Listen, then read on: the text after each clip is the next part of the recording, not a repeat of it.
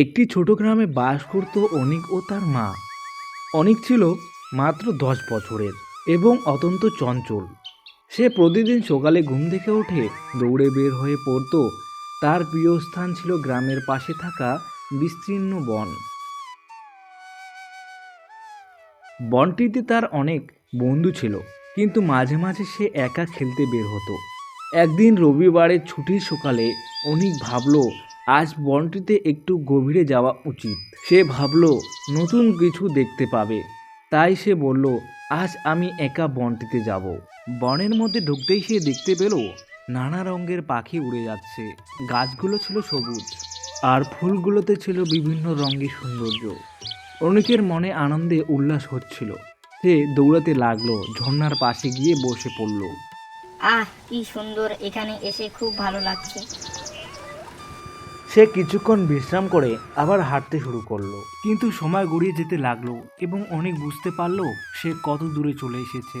চারপাশে তাকিয়ে দেখে সবকিছু অচেনা লাগছে। এখন অনেক সত্যি ভয় পেতে শুরু করলো। সে হাঁটতে লাগলো, কিন্তু যতই সে হাঁটছিল ততই সে বুঝতে পারছিল কোনো পথেই সে ফিরে যেতে পারছে না। হায়, আমি কি করব? আমাকে বাড়ি ফিরতে হবে। হারিয়ে যাওয়ার ভয়ে তার মন চঞ্চল হয়ে উঠল। সেই সময় একটি ছোট্ট কাঠবিড়ালি তার সামনে এলো।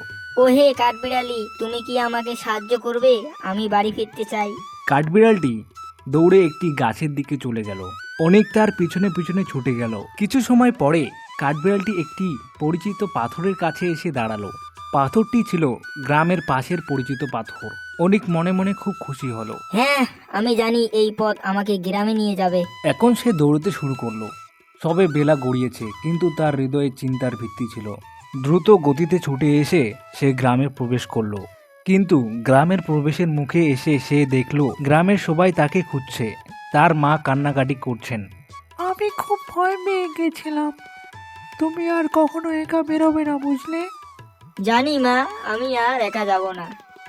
অনেক শিখলো কখনো কখনো জীবনযাত্রা সহজ নয়, কিন্তু বন্ধু বান্ধব ও পরিবারের ভালোবাসা সবসময় তাকে সুরক্ষা দেবে।